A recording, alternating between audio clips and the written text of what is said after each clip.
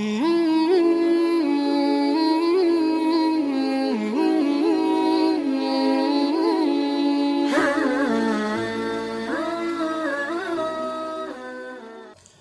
الحمد لله نحمده ونستعينه ونستغفره ونؤمن به ونتوكل عليه ونعوذ بالله من شرور أنفسنا ومن سيئات أعمالنا من يهده الله فلا مضل له ومن يضلله فلا هادي له وأشهد أن لا إله إلا الله وحده لا شريك له وأشهد أن محمدا عبده ورسوله أما بعد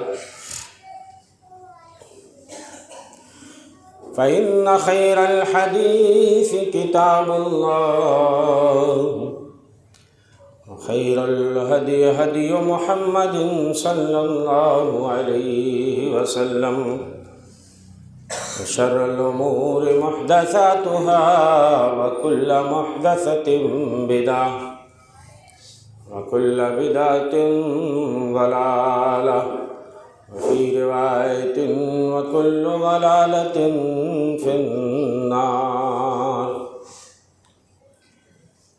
وقد قال الله تعالى في كتابه الحكيم وقد نزل عليكم في الكتاب أن إذا سمعتم آيات الله يكفر بها ويستهزأ بها فلا تقعدوا معهم حتى يخوضوا في حديث غيره إنكم إذا مثلهم إن الله جامع المنافقين والكافرين في جهنم جميعا.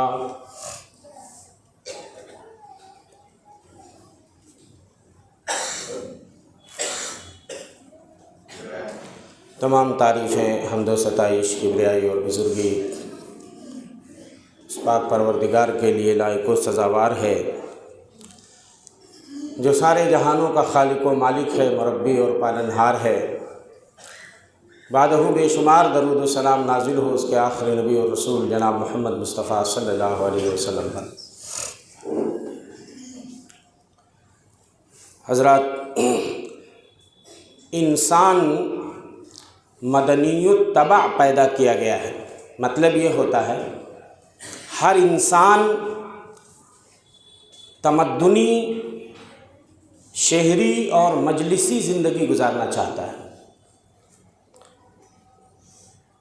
کوئی انسان تنہا نہیں رہنا چاہتا. یہ انسان کی طبیعت میں شامل ہے کہ وہ لوگوں کی مجلس میں بیٹھنا چاہتا ہے، لوگوں کے ساتھ گپ شپ لگانا چاہتا ہے، ایک دوسرے کی ہمدردیاں لینا چاہتا ہے، ایک دوسرے کی مدد اور ان کے تعاون کا محتاج ہوتا ہے. کوئی انسان یہ دعویٰ نہیں کر سکتا کہ وہ تنہا دنیا میں آ کر زندگی کے تمام امور سر انجام دے کر وہ دنیا سے چلا جائے گا اور اس کو کسی کی ضرورت نہیں پڑے گی. ایک دوسرے کی ضرورت پڑتی رہتی ہے. میں آج اس مختصر سی تمہید کے بعد انسان کی مجلسی زندگی کے بارے میں کچھ باتیں رکھنا چاہتا ہوں. آپ نے سنا زندگی کے مختلف مدارج اور مراحل میں ہر انسان کو مجلسی زندگی کا سابقہ پڑتا رہتا ہے. کوئی انسان مجلس سے بے نیاز نہیں ہو سکتا، کہیں نہ کہیں اسے مجلس میں شریک ہونا ہی پڑتا ہے. چاہے شادی بیاہ کی مجلس ہو یا کسی کی بیماری کی عیادت کی مجلس ہو یا وفات کے وقت کی مجلس ہو، یہ بھی ایک مجلس ہے، ایک بھیڑ جمع ہوتی ہے۔ واعظ و نصیحت کی مجلس ہو،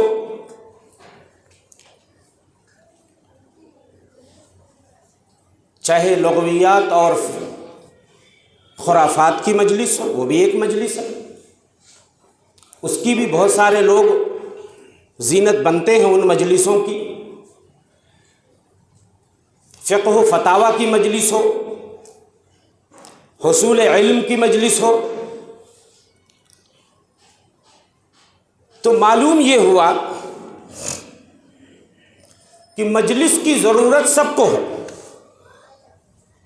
چاہے کوئی مسلم ہے، غیر مسلم ہے، اچھا ہے، برا ہے، سب کو مجلس کی ضرورت ہے۔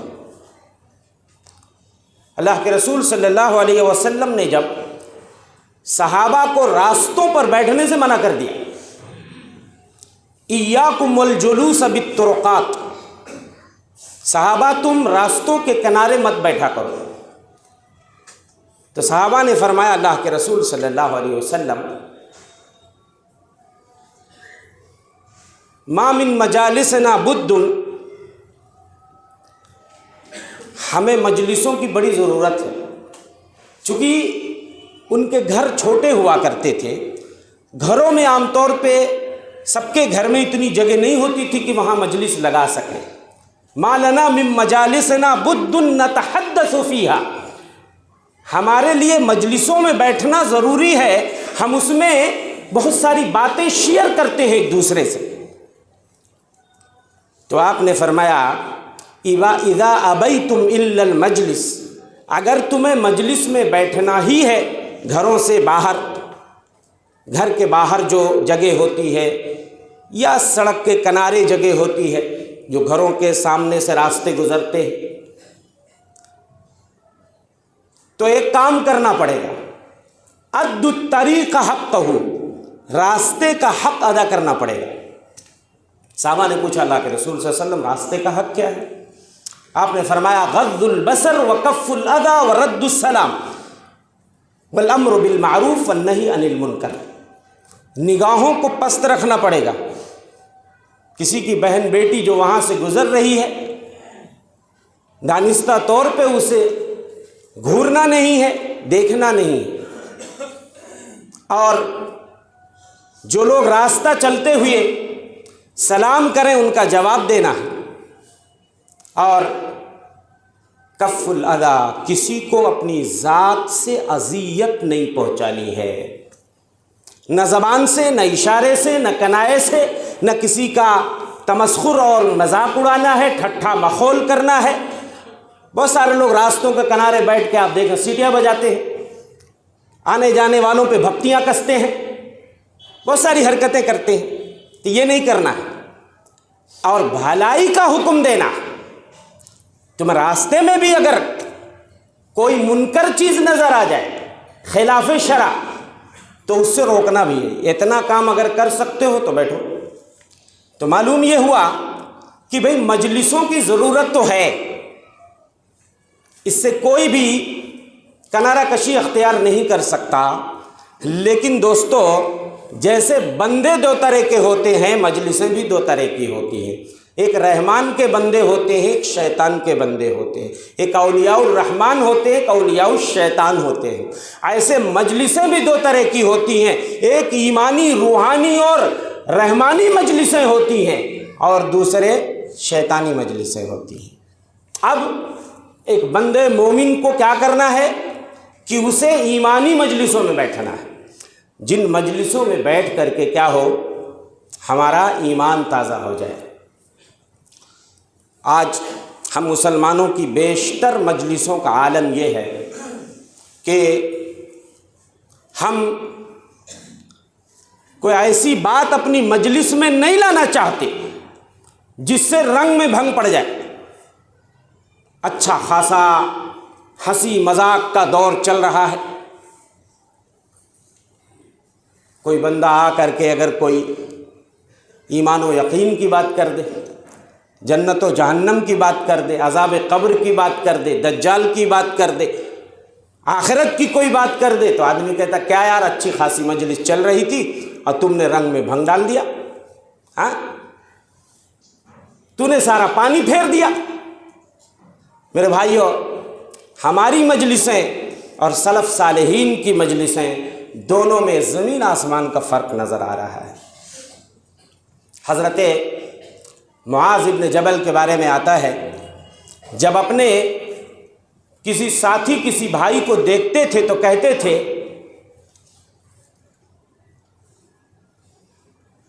حیا بنا نجلس، آؤ ہمارے ساتھ بیٹھو، نؤمن ساعہ، تھوڑی دیر بیٹھ کر کے ہم اپنے ایمان میں اضافہ کریں۔ آج کہاں ہیں ایسی مجلسیں کہ ہم دوستوں کو انوائٹ کریں، آؤ ہمارے ساتھ بیٹھ کر کے تھوڑا ایمان کے چراغ میں اگر تیل کم ہے تو تھوڑا سا اس میں تیل ڈال دیتے ہیں، اس کی لو اس کی ذو بڑھا دیتے ہیں، تھوڑا سا اسپرٹ بڑھ جائے، تھوڑا انرجی آ جائے، تھوڑا ایمان و یقین کی بات کر لیتے ہیں۔ حضرت عمر کے بارے میں آتا ہے، کہا کرتے تھے ہلمو نزدد ایمانا، آؤ ہمارے ساتھ بیٹھو تاکہ ہمارے ایمان میں اضافہ ہو جائے۔ میرے بھائیو، ہر وقت ایمان ایک جیسا نہیں ہوتا۔ اس وقت جب آپ خطبہ سن رہے ہیں اور اللہ کے گھر میں موجود ہیں، اس وقت جو آپ کے ایمان کی حالت اور کنڈیشن ہے، یہ کنڈیشن اور حالت یہاں سے نکلنے کے بعد نہیں رہ جائے گی۔ اور جب ہم گھروں میں جائیں گے، بیوی بچوں میں جائیں گے، تو بہت ساری باتیں ہم بھول جاتے ہیں۔ یہ ہوتا رہتا ہے سب کے ساتھ، ایمان گھٹتا بڑھتا رہتا ہے، لیکن ایمان کی خبرگیری کرتے رہنا چاہیے، اس لیے کہ ایمان کا معاملہ یہ ہے گھٹتا بڑھتا رہتا، اور ایمان سینوں میں پرانا بھی ہونے لگتا ہے۔ ایک زمانے سے ایمان کس کنڈیشن میں ہے ہمیں اس کی خبرگیری نہیں ہے۔ فرمایا اللہ کے رسول صلی اللہ علیہ وسلم نے، ان الایمان لیخلق فی جوف احدکم کما یخلق الثوب، ایمان تمہارے سینوں میں ایسے پرانا ہونے لگتا ہے جیسے کپڑا کثرت استعمال کے نتیجے میں پرانا ہو جاتا ہے، اس کی شائننگ کم ہونے لگتی ہے، کثرت سے اس کی دھلائی ہوتی ہے اور اس کے بعد وہ دھیرے دھیرے پرانا ہونے لگتا ہے۔ فَاسْأَلُوا اللَّهَ أَن يُجَدِّدَ لَكُمْ إِيمَانَكُمْ، اللہ سے دعا کرو تمہارے ایمان کی تجدید کر دے۔ گھروں میں اگر رنگ و روغن تھوڑا سا ڈاؤن ہو جائے، ہاں ہمیں لگتا ہے یار شائننگ ذرا کم ہو گئی، فوراً ہم پینٹنگ شروع کر دیتے، ہاں مگر ایمان کس حالت میں ہے، سینوں میں ایمان کس حالت میں ہے، ہمیں اس کی پرواہ نہیں ہے کہ تھوڑی دیر ہم اپنے بھائیوں کے ساتھ بیٹھ کر کے کچھ ایمان کی بات کریں، آخرت کی بات کریں، تاکہ ہمارے ایمان میں اضافہ ہو جائے۔ حضرت عبداللہ ابن رواحہ کے بارے میں آتا ہے، نبی کے اصحاب میں سے جب کسی کو دیکھتے تھے تو کہتے تھے اجلس بنا نؤمن ساعہ، آؤ ہمارے ساتھ بیٹھو، تھوڑی دیر کے لیے ہم ایمان کی بات کرتے ہیں تاکہ ہمارے ایمان میں اضافہ ہو جائے۔ ایک بار ایک ساتھی سے یہی جملہ کہتے ہیں اجلس بنا نؤمن ساعہ، وہ جا کر کے نبی کریم صلی اللہ علیہ وسلم سے شکایت کر دیتا ہے، اللہ کے رسول صلی اللہ علیہ وسلم، یہ عبداللہ ابن رواحہ کس ایمان کی بات کر رہے ہیں؟ یہ تو ایمان و ساعہ کی بات کر رہے ہیں۔ انہوں نے غلط سمجھ لیا، انہوں نے یہ سمجھا کہ اللہ کے رسول صلی اللہ علیہ وسلم آپ جس ایمان کی طرف بلا رہے ہیں یہ کوئی اور ایمان کی بات کرتے ہیں۔ ایمان و ساعہ کا مطلب تھوڑی دیر کے لیے ایمان کو آئیے ہم تازہ کریں، تو انہوں نے کچھ اور سمجھ لیا، کہا یہ کون سا ایمان ہے جس کی طرف عبداللہ ابن رواحہ بلاتے ہیں۔ کائنات کے امام مدنی سردار نے جب یہ جملہ سنا، کہا رحم اللہ ابن رواحہ انہ یحب المجالس التی تتباہا بها الملائکہ، اللہ رحم کرے عبداللہ ابن رواحہ پر، وہ ایسی مجلسیں پسند کرتے ہیں جن مجلسوں پر اللہ کے فرشتے بھی ناز کرتے ہیں، فخر محسوس کرتے ہیں۔ ایک بار صحابہ بیٹھے ہوئے تھے مجلس میں، کائنات کے امام مدنی سردار صلی اللہ علیہ وسلم کا گزر ہوا، آپ نے کہا ما الذی اجلسکم، کس چیز نے تمہیں یہاں اس مجلس میں بٹھایا ہوا ہے، کیوں بیٹھے ہو بھائی؟ صحابہ کا جواب سنیے، کہتے ہیں ندعو اللہ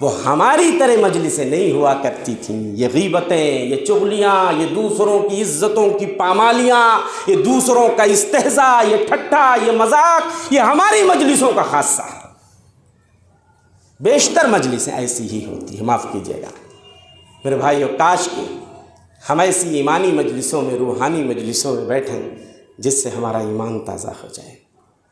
فرمایا اللہ کے رسول صلی اللہ علیہ وسلم نے، مجتمع قوم فی بیت من بیوت اللہ یتلون کتاب اللہ ویتدارسونہ بینہم الا نزلت علیہم السکینہ۔ جب کوئی قوم کسی اللہ کے گھروں میں سے کسی گھر میں اکٹھا بیٹھتی ہے، مجلس میں بیٹھتی ہے، اللہ کی کتاب کی تلاوت کرتے ہیں، آپس میں پڑھتے پڑھاتے ہیں، ان کے اوپر سکینت کا نزول ہوتا ہے۔ وغشیتہم الرحمہ، رحمت انہیں ڈھانپ لیتی ہے، اور ایسے ہی فرشتے اپنے بازوؤں سے انہیں ڈھانپ لیتے ہیں۔ وذکرہم اللہ فی من عندہ، اتنا اونچا مقام ہوتا ہے ایسے لوگوں کا، اللہ ان کے تذکرے آسمانوں میں کرتا ہے، فرشتوں کے سامنے ان کے تذکرے کرتا ہے۔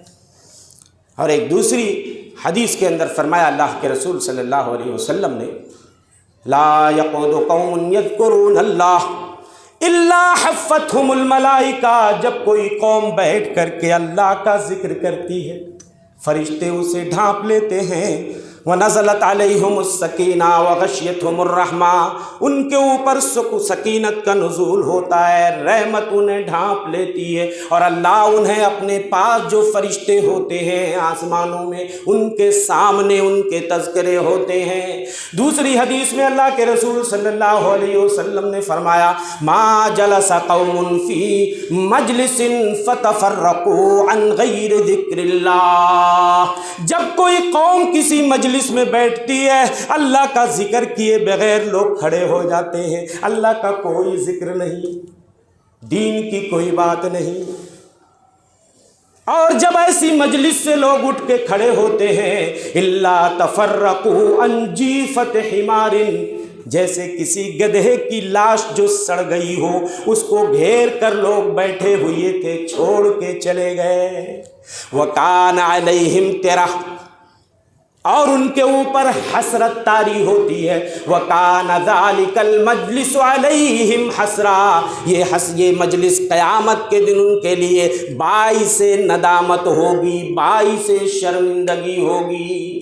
اور دوسری روایت میں اللہ کے رسول صلی اللہ علیہ وسلم نے فرمایا، ما جلس قوم مجلسا لم يذكروا الله فيه ولم يصلوا على النبي صلی اللہ علیہ وسلم الا كانت عليهم ترہ، جب کوئی قوم کسی مجلس میں بیٹھتی ہے، اللہ کا ذکر نہیں ہوتا ہے، نبی پہ درود بھی نہیں پڑھتے ہیں، جب کھڑے ہوتے ہیں ان کے اوپر حسرت و ندامت طاری ہوتی ہے۔ ان شاء عفا عنہم، اللہ چاہے گا تو انہیں معاف کر دے گا، وان شاء اخذہم، اور چاہے گا تو انہیں پکڑ لے گا، چاہے گا تو اللہ انہیں سزا بھی دے سکتا ہے۔ اس لیے میرے بھائیوں، اور میرا جو مشاہدہ ہے، تھوڑا سا کسی حد تک اگر اس پہ عمل ہے، کتنے مسلمان یہ دعویٰ کر سکتے ہیں کہ انہیں دعائے کفارۃ المجلس یاد ہے؟ ہوتا کیا ہے، کتنی ہی ایمانی مجلس کیوں نہ ہو، دین کی مجلس، کہیں نہ کہیں دنیا کی بات آ جاتی ہے، کہیں نہ کچھ زبان سے باتیں نکل جاتی ہیں، یہ تو بشری تقاضا ہے، لیکن اس کی بھرپائی کے لیے بھی کفارۃ المجلس کی دعا پیارے نبی نے ہمیں سکھائی ہے، کہ کہیں کوئی ایسی چیز آ جائے مجلس میں، آ جاتی ہے، کسی حد تک اگر عمل ہے تو تھوڑا علماء کے وہاں جب ایسی میٹنگیں ہوتی ہیں تو جب اٹھنے لگتے ہیں تو ضرور کہتے ہیں کہ دعائے کفارۃ المجلس پڑھ لیجئے، اب مجلس کا اختتام ہوتا ہے۔ لیکن دنیا کی کہیں میٹنگیں ہیں، کہیں آپ چلے جاؤ، کاروباری لوگوں کے وہاں، بزنس مین لوگوں کی میٹنگیں آپ جوائن کر لو، بھلے اس میں سارے کے سارے مسلم ہیں، یا اور اس طرح کوئی دنیاوی میٹنگ، سیاسی میٹنگ، کفارۃ المجلس کس چڑیے کا نام ہے؟ کتنے لوگ جانتے ہیں مجھے بتائیے؟ نہیں پتہ ہے۔ کفارہ ہو جاتا ہے یہ مجلس میں کچھ باتیں جو ہماری زبانوں سے نکل جاتی ہیں، وہ بحیثیت انسان تو اس کی دھلائی اور صفائی ہو جاتی ہے۔ سبحانک اللہم و بحمدک، اشہد ان لا الہ الا انت، استغفرک و اتوب الیک۔ اس کو یاد رکھیے، جب کسی مجلس میں بیٹھیے اور جب کھڑے ہونے لگیے تو آپ اس کو پڑھیے اور اپنے بھائیوں کو بھی یاد دلائیے کہ وہ اس کو پڑھیں۔ تو میرے بھائیوں، میں نے پہلے بھی کہا کہ آج بیشتر ہماری جو مجلسیں ہوتی ہیں نا، عام طور پہ اس میں یا تو صرف دنیا کی بات ہوتی ہے، یا تو ہم کسی کی غیبت کر رہے ہوتے ہیں، یا چغلی کر رہے ہوتے، پیٹھ پیچھے برائی کر رہے ہوتے ہیں، کسی کی تانا زنی، عیب جوئی، اور دوسروں کو پیٹھ پیچھے ان کو عیوب بتا کر کے ٹھٹھے مذاق، زور زور سے ہنسی تالی قہقہے، یہ ساری چیزیں آج ہماری مجلسوں کا حصہ ہے۔ میرے بھائیوں، اللہ تعالیٰ فرماتے ہیں یا ایھا الذین آمنوا لا یسخر قوم من قوم عسیٰ ان یکونوا خیرا منہم۔ او ایمان والو، کوئی قوم دوسری قوم کا مذاق نہ اڑائے، ہو سکتا ہے وہ تم سے بہتر ہوں۔ جن کا تم مذاق اڑا رہے ہو، ٹھٹھا مخول کر رہے ہو، جن کے عیوب کے تذکرے کر کے تم تالیاں بجا رہے ہو، کہے لگا رہے ہو سکتا اللہ کے وہاں وہ تم سے بہتر ہوں۔ ولا نساء من نساء عسىٰ ان یکن خیرا منہن، اور عورتیں بھی ایک دوسرے کا مذاق نہ اڑائیں، ہو سکتا ہے جن کا مذاق اڑا رہی ہیں وہ اللہ کے نزدیک ان سے بہتر ہوں۔ ولا تلمزوا انفسکم، او لوگو آپس میں ایک دوسرے پہ تانا زنی مت کرو، ایک دوسرے کے عیوب کا تذکرہ مت کرو۔ ولا تنابزوا بالالقاب، لوگوں کو برے القاب سے مت پکارا کرو۔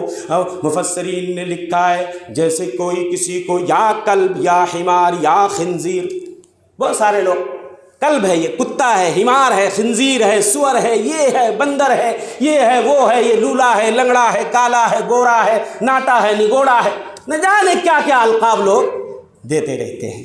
ولا تنابزوا بالالقاب، کسی کو برے لقب سے۔ اللہ کے رسول صلی اللہ علیہ وسلم جب مدینہ آئے تو دیکھا کہ وہاں دو دو تین تین نام لوگوں کے ایسے ہی رکھ دیے ہیں لوگوں نے۔ تو جب آپ کسی کو کسی نام سے پکارتے تو کہا جاتا اللہ کے رسول صلی اللہ علیہ وسلم یہ اس نام سے چڑھتا ہے، تو یہ آیت کریمہ نازل ہے۔ ارے بھائی، جب چڑھتا ہے تم نے وہ نام رکھے کیوں ہیں؟ ایک نام اچھا سا رکھیے اور اسی نام سے اس کو پکاریے جس نام سے اس کے ماں باپ نے اس کا جو نام رکھا ہے اچھا سا، آپ اس نام سے اس کو پکاریے۔ بئس الاسم الفسوق بعد الایمان، ایمان لانے کے بعد یہ جو فاسقانہ القاب ہم لوگ دیتے ہیں نا، بہت بری چیز ہے، بہت بری چیز ہے۔ ایسے آج ہماری مجلسوں میں پیٹھ پیچھے کسی کی غیبت نہ ہو، یہ ہو نہیں سکتا۔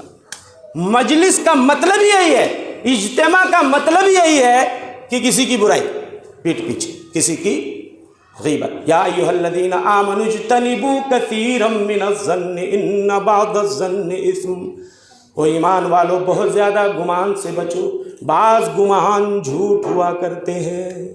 بہت سارے بھائیوں کے بارے میں ہم یوں ہی مفروضے قائم کر لیتے ہیں، گمان کر لیتے ہیں، جبکہ سچائی سے اس کا دور دور تک کوئی تعلق نہیں ہوتا۔ اپنے بھائیوں کے لیے عذر تلاش کرو۔ سلف صالحین کا یہ منہج تھا، جب کسی سے کوئی غلطی ہو جاتی تھی نا تو خود ہی کہتے تھے لعل لہ عذرا، شاید کہ یار اس کی کوئی مجبوری تھی، لم اجدہ، وہ مجبوری میں سمجھ نہیں پا رہا ہوں، کچھ تو مجبوریاں رہی ہوں گی، یوں کوئی بے وفا نہیں ہوتا۔ تو یہ اپنے دل میں کہو، شاید یار کسی ٹینشن میں تھا اس نے یہ بات کہہ دی، یہ حرکت کر دی، ورنہ وہ تو ایسا نہیں کر سکتا ہے۔ تو اس کے لیے عذر تلاش کرو، اور اگر عذر نہ ملے، تمہارے ذہنوں کی رسائی وہاں تک نہ ہو، تو کہو لعل لہ عذرا لم اجدہ، شاید اس کی کوئی مجبوری تھی لیکن میرا دماغ وہاں تک نہیں پہنچ رہا ہے، میں اس کو نہیں سمجھ پا رہا ہوں۔ اس سے کیا ہوتا ہے؟ دل صاف ہو جاتا ہے۔ ولا یغتب بعضکم بعضا، تم میں سے بعض بعض کی غیبتیں نہ کریں۔ ایحب احدکم ان یاکل لحم اخیہ میتا فکرہتموہ، کیا تم میں سے کوئی آدمی یہ پسند کرے گا کہ اپنے مرے ہوئے بھائی کا گوشت کھائے؟ یقیناً تم اسے ناپسند کرو گے۔ خاص طور سے مجلس کی بات چل رہی ہے اور ہماری بہنیں بھی سن رہی ہیں، عورتوں کی مجلس کا تو اور برا حال ہے۔ مردوں کی مجلسوں میں تو بہت ساری خیر بھلائی کی باتیں بھی آ جاتی ہیں، لیکن اللہ رحم کرے، عورتیں دینی مجلسوں میں بھی آتی ہیں نا تو اس دینی مجلس کا بھی تیاں پانچا کر کے چلی جاتی ہے. دینی مجلس میں بھی آئیں گی تو ایک دوسرے کے کپڑے، ایک دوسرے کی بالیاں، ایک دوسرے کے زیورات، اور اسی میں رشتے ناتے کی باتیں اور دنیا بھر کی برائیاں، غیبتیں، چغلیاں. تو عورتوں، ہماری بہنیں بھی یہ بات اگر سن رہی ہیں تو اللہ کے لیے اپنی مجلسوں کو آپ صاف ستھرا بنائیے اور ایمانی مجلس بنانے کی کوشش کیجیے. دین کی باتیں کبھی اپنی مجلسوں میں بھی کیا کیجیے، ایمان جس سے تازہ ہو جائے. کچھ نصیحتیں اپنی بہنوں کو کریں، کچھ خرابیاں دیکھیں تو اس پہ کی نشاندہی کریں اچھے انداز میں. یہ ہونا چاہیے. اور بات اگر مجلس کی چل رہی ہے تو میں ایک واقعہ اور آپ کو سنا دیتا ہوں. حضرت عمر کے مستدرک حاکم کی روایت ہے. حضرت عمر بن خطاب اپنے صحابہ کے، اپنے ساتھیوں کے ساتھ مجلس میں بیٹھے ہوئے ہیں.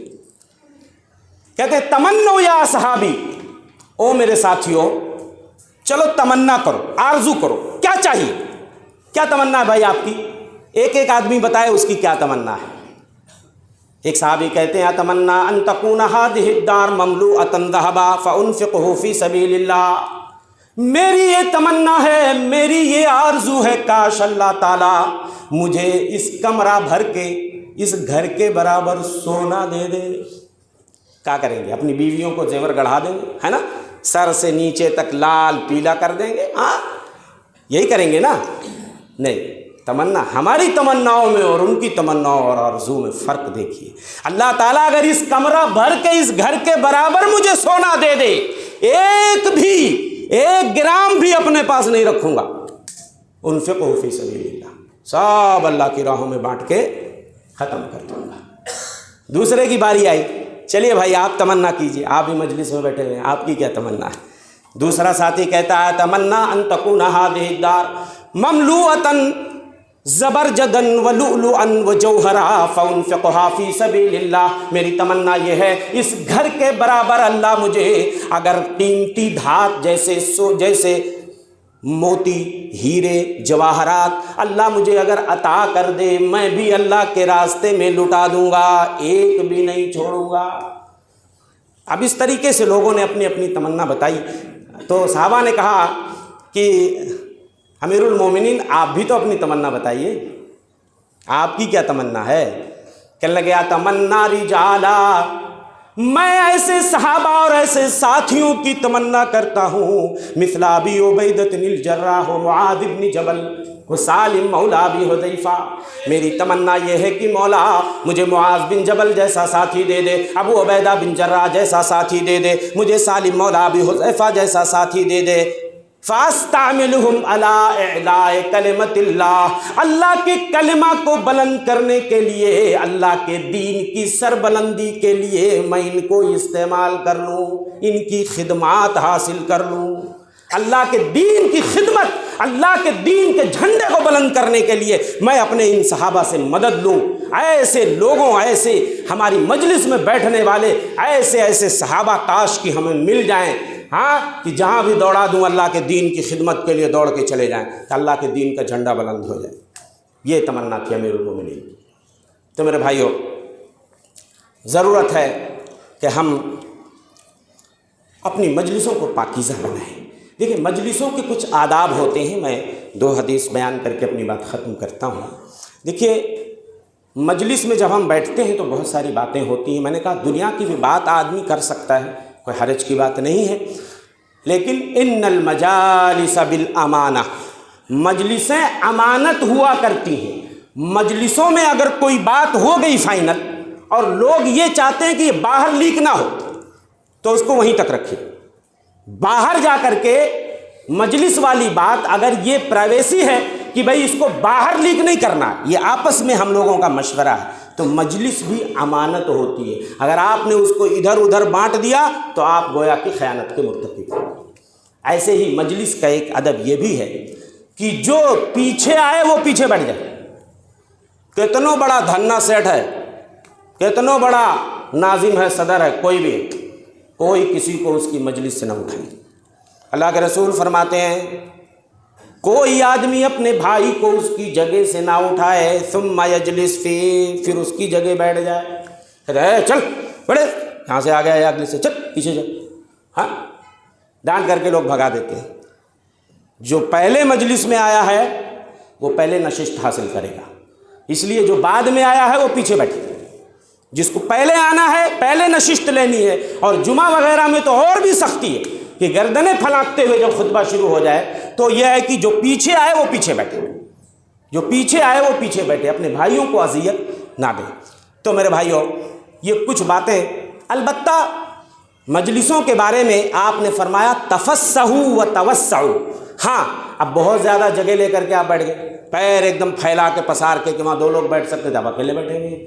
ایسا کرو مجلسوں میں کشادگی پیدا کرو، اپنے بھائیوں کے لیے جگہ بناؤ، جہاں گنجائش نکل سکتی ہے تو وہاں اپنے بھائیوں کے لیے جگہ بنانا چاہیے، چاہے وہ جمعہ کی مجلس ہو، جماعت کسی بھی چیز کی مجلس ہو، تو اپنے بھائیوں کے لیے بہت سارے لوگ اتنی جگہ خالی چھوڑ دیتے ہیں کہ یہ ان کی، اگر وہ خالی آگے جگہ چھوڑتے ہیں اور پیچھے والے وہاں آنے پہ مجبور ہیں تو پھر یہ ان کی گردن پہ وبال ہوگا، جنہوں نے یہ جگہ خالی چھوڑی ہوئی ہے۔ تو پہلے جو آگے آئے وہ پہلے جگہوں کو بھرے اور اس کے بعد جو پیچھے آئے وہ پیچھے بیٹھے۔ ہاں ایک چیز یہ بھی ہے، کوئی بڑا بوڑھا آدمی آ گیا، ہاں کوئی بڑا بوڑھا کمزور ہے، تو بہتر یہ ہے کہ آپ اس کے لیے مجلس میں جگہ بنائیے۔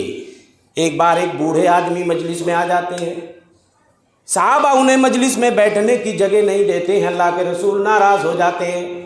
آپ فرماتے ہیں لیس منا من لم یرحم صغیرنا ویعرف شرف کبیرنا، وہ ہمارے طریقے پر نہیں ہے جو ہمارے بچوں پہ رحم نہ کرے، بڑوں کی عزت نہ جانے۔ تو جو یہ ادب کا تقاضا ہے کہ جو بڑے بوڑھے ہیں، کمزور ہیں، آدمی جو ہے ان کے لیے مجلس میں جگہ بنائے اور ان کی عزت کرتے ہوئے انہیں جگہ دینے کی کوشش کرے۔ تو یہ کچھ آداب ہیں جو ہے، میں نے بعض جگہوں پہ جمعہ میں دیکھا لوگ نشستیں آگے کیپچر کر کے، بلکہ وہ بعد میں بھی آتے ہیں تو ایک روب جھاڑنے کے لیے کہ یہ میری جگہ خاص ہے، اور آ کر کے وہیں بیٹھتے، کوئی دوسرا بیٹھے تو گریبان پکڑ کے نیچے باہر۔ ایسے مسجدوں میں نے اپنی آنکھ سے دیکھا۔ یہ نہیں ہونا چاہیے، یہ نہیں ہونا چاہیے۔ بھئی آپ کو پہلے جگہ لینی ہے تو آپ پہلے آئیے اور پہلے آ کر کے بیٹھیے۔ تو اللہ تعالیٰ سے دعا ہے کہ مولا ہماری مجلسوں کو بھی اللہ تو روحانی ایمانی، جس کے اندر بیٹھ کر کے ہمارا ایمان تازہ ہو جائے، ہم زیادہ سے زیادہ اللہ کا ذکر کریں، اور اللہ ایسی مجلسوں میں تو ہمیں نہ بیٹھا یا بیٹھنے کی توفیق نہ عطا فرما جو مجلسیں جہنم کی طرف لے جاتی ہیں۔ یقین جانیے بعض مجلسیں ایسی ہوتی ہیں کہ وہ ہمیں کھینچ کر جہنم کی طرف لے جاتی ہیں اور ہمیں اس بات کا احساس نہیں ہوتا، اتنی برائیاں ہمارے کھاتے میں لکھ جاتی ہیں۔ ایسی مجلسوں میں بیٹھنے سے بہتر ہے کہ آدمی تنہائی میں بیٹھے، آدمی اکیلے میں بیٹھے، اللہ کے گھر میں بیٹھے، کچھ ذکر و اذکار کرے، کچھ دعائیں پڑھے، کچھ نوافل پڑھے، اس سے بہتر ہے ایسی مجلسوں میں بیٹھنے سے کہ ہمارا ایمان سلامت نہ رہ جائے۔ اور ایسی مجلسیں جہاں پہ کفر اور شرک کی باتیں ہوتی ہیں، اللہ فرماتے ہیں فلا تقعدوا معهم، ایسے لوگوں کے ساتھ ہرگز نہ بیٹھو حتی یخوضوا فی حدیث غیرہ، یہاں تک کہ وہ دوسری بات میں مشغول ہو جائیں۔ اگر کفر کی بات ہو رہی ہے، اللہ کے دین کے مذاق کی بات ہو رہی ہے، اللہ کی آیتیں کا مذاق اڑایا جا رہا ہے، اگر آپ بیٹھو گے انکم اذا مثلہم، تم بھی انہی کی طرح ہو جاؤ، برابر گناہوں میں تم شریک ہو گئے۔ اس لیے ایسی مجلسوں میں تو بالکل بھی نہیں بیٹھنا چاہیے، اس سے قطعاً اجتناب کرنا چاہیے۔ تو اللہ سے دعا ہے کہ مولا ہم تمام بھائیوں کو توفیق دے کہ ہم اپنے ایمان، اپنے عقیدے کی حفاظت فرمائیں اور اپنی زبانوں پہ حتی الامکان ہم لگام لگانے کی کوشش کریں۔ آمین وما توفیق اللہ باللہ، صلی اللہ علیہ محمد، بارک اللہ لی ولکم فی القرآن العظیم، ونفعني وإياكم بالآیات والذکر الحکیم، انہ تعالی جواد کریم ملک رؤوف رحیم۔